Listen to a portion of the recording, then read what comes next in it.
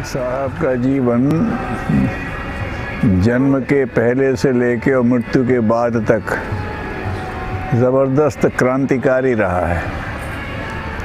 ऐसी उच्च आत्माएं जब आती हैं तब उनसे पूछा जाता है कि कैसी परिस्थिति में जाना है, क्योंकि उनको कर्म बंधन तो होते नहीं हैं, तो पूछते हैं कैसी परिस्थिति में जाना है।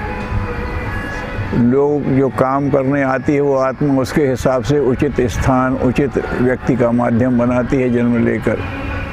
लेकिन कबीर साहब का फक्कड़पन, अक्खड़पन कहो, उन्होंने शायद यही कहा होगा कि मुझे खराब से खराब परिस्थितियों में भेजो। लोग कहते हैं परिस्थितियों से आदमी का विकास होता है, अनुकूलताओं से होता है, लेकिन उन्हें कुछ नहीं। जो खराब से खराब परिस्थितियाँ हो, प्रतिकूल से प्रतिकूल परिस्थितियाँ हो, उनमें मुझे भेजो। तो इससे खराब क्या होगा कि जन्मते ही कहीं फेंक दिए गए, पता ही नहीं किसने पैदा किया, कौन माँ कौन बाप। अरे ये तो ऐसे जो होते हैं ना, उनको कहते ये तो गैर कानूनी संतान है, ऐसा है कर हजार बात करके। उसके बाद फेंक दिए गए घूरे पे, तो एक भले आदमी ने उठा लिया, जो रहा था वो भी कोई अच्छा नहीं। ये सब नियति का ही विधान था। पढ़ लिख पाए नहीं, वो जो करघा चलाता था वो ही बुनते रहे। और स्थिति ये कि हिंदू मंदिर में जाएं तो वो ये काफिर कह के ना घुसने दें, क्योंकि जुलाहा पाल रहा था। मस्जिद में जाएं तो वो ना घुसने दें कह करके कि ये तो पता नहीं किसका बेटा है, हिंदू का। ऐसी स्थिति में ना भगवान का कोई सत्संग, ना किसी का वो, न कोई मंत्र देने को तैयार। लेकिन गुरु को उन्होंने महत्व दिया है। तो गुरु कौन है? बस भगवान को ही माता प्रतीक के लिए सीढ़ी पे लेट गए, रामानंद जी का पैर लगा, उन्होंने बेटा बच गया, राम का नाम ले, उसी को गुरु मंत्र मान लिया। राममय तुलसी भी हैं, राममय कबीर भी हैं, लेकिन तुलसी के राम सगुण और साकार हैं और कबीर के राम निर्गुण और निराकार हैं। लेकिन राम के ऊपर जो कुछ है राम है, जो कुछ है। ऐसे हैं कि अपने ये भी कहते हैं कि ठीक है आया हूँ तो जाऊँगा, और कहते मैं तो राम रूप हूँ, राम मरे तो मैं मरूँ, नहीं तो मेरी मरे बलाए, मैं क्यों मरूँगा? जब राम नहीं मरेगा तो मैं तो राम के साथ। तो ऐसा उनका चिंतन रहा। और बनारस में ज़िंदगी भर रहे, जहाँ कहते हैं कि अपने आप उद्धार हो जाता है जो जीते हैं।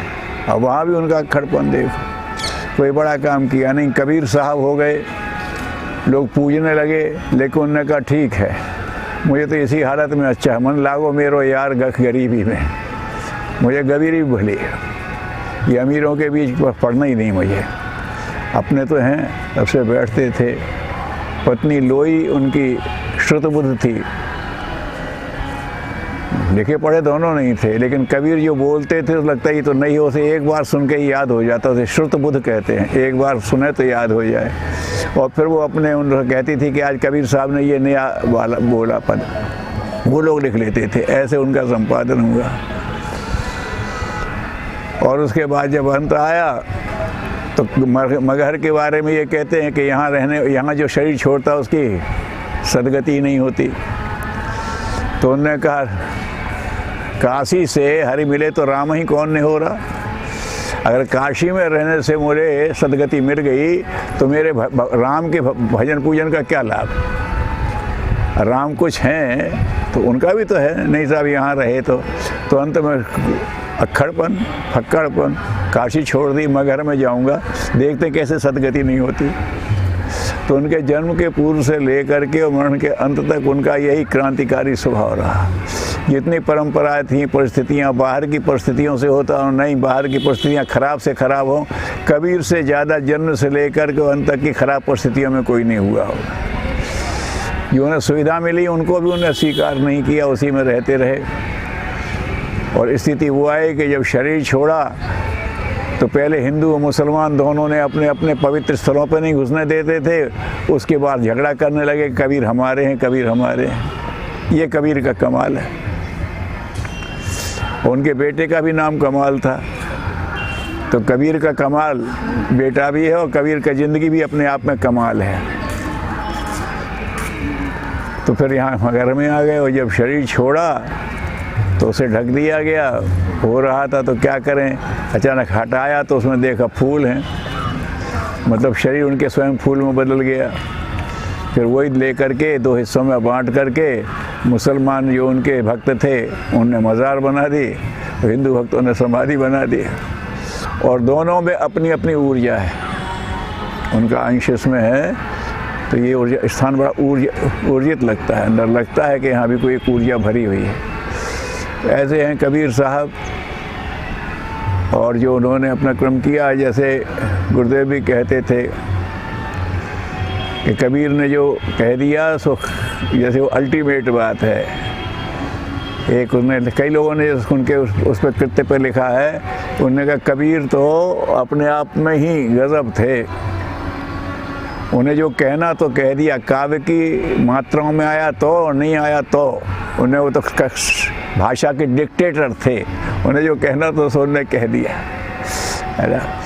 तो और जो अध्ययन किया है लोगों ने कि अगर ऋषि तुल में माने तो लोगों का ये कहना है कि इस कोटि का ऋषि दूसरा नहीं होगा।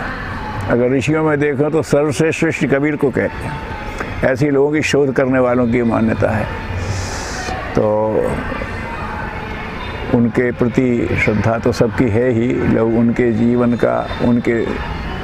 का तो क्या अनुसरण करेंगे, लेकिन उनके उपदेशों का अनुसरण करें जो उन्होंने लोगों से कहा है। कोई ऐसी बात नहीं जिसमें उसने लिखा हो।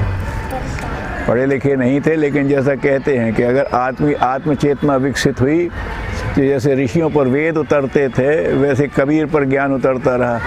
कोई जीवन की धारा ऐसी है जिसने नहीं बोला है। यहाँ लिखा हुआ है शायद उसमें कि कबीर की साखियों में तो वेद ही उतरे हुए हैं, ऐसा भी किसी ने लिख कर के यहाँ लगा। सचमुच में बात है। वेद माने ज्ञान, और कौन सा ज्ञान? जो सीधा आकाश से उतरता है।